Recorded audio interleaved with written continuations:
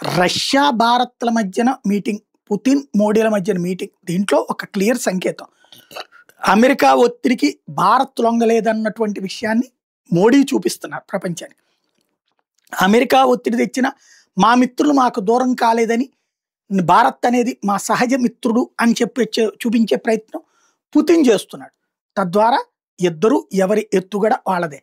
అదే సందర్భంలో రాబోయేటటువంటి రోజుల్లో రక్షణ ఒప్పందాల లేకపోతే ఆర్థిక ఒప్పందాల ఇవన్నీ పక్కన పెడితే ప్రపంచంలో ఏకఛత్రాధిపత్యం, నియంతృత్వ ధోరణి, యూరోపియన్ సామ్రాజ్యపు వాదపు అలవాట్లు అంగీకరించబోమన్నటువంటి సంకేతమే రష్యా అధ్యక్షుడు పుతిన్ అయినా, చైనా అధ్యక్షుడు జిన్పింగ్ అయినా, భారత ప్రధానమంత్రి నరేంద్ర మోడీనైనా ఇచ్చేటటువంటిది.